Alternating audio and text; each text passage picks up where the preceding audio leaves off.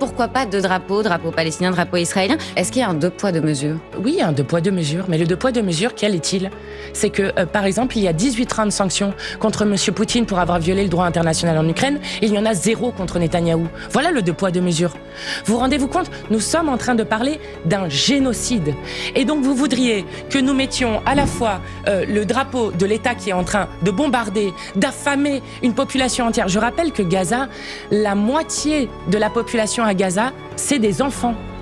Et il se trouve qu'une commission de l'ONU l'a redit hier. Netanyahou et Israël sont en train de commettre un génocide. Et les images sont absolument affreuses. Nous parlons de bombardements sur la ville de Gaza, avec des centaines de milliers de personnes qui sont en train de tenter de fuir et qui n'ont nulle part où aller.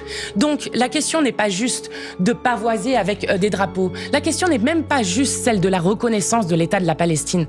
C'est celle de dire que sans sanctions, sans embargo sur les armes, alors qu'encore hier il y avait des composants qui étaient envoyés pour des armes vers Netanyahou de la part de la France, sans suspension de l'accord d'association entre l'Union européenne et Israël, alors nous serons en train de reconnaître un cimetière. Et Emmanuel Macron a les moyens d'agir. Il a des leviers pour agir et il ne le fait pas.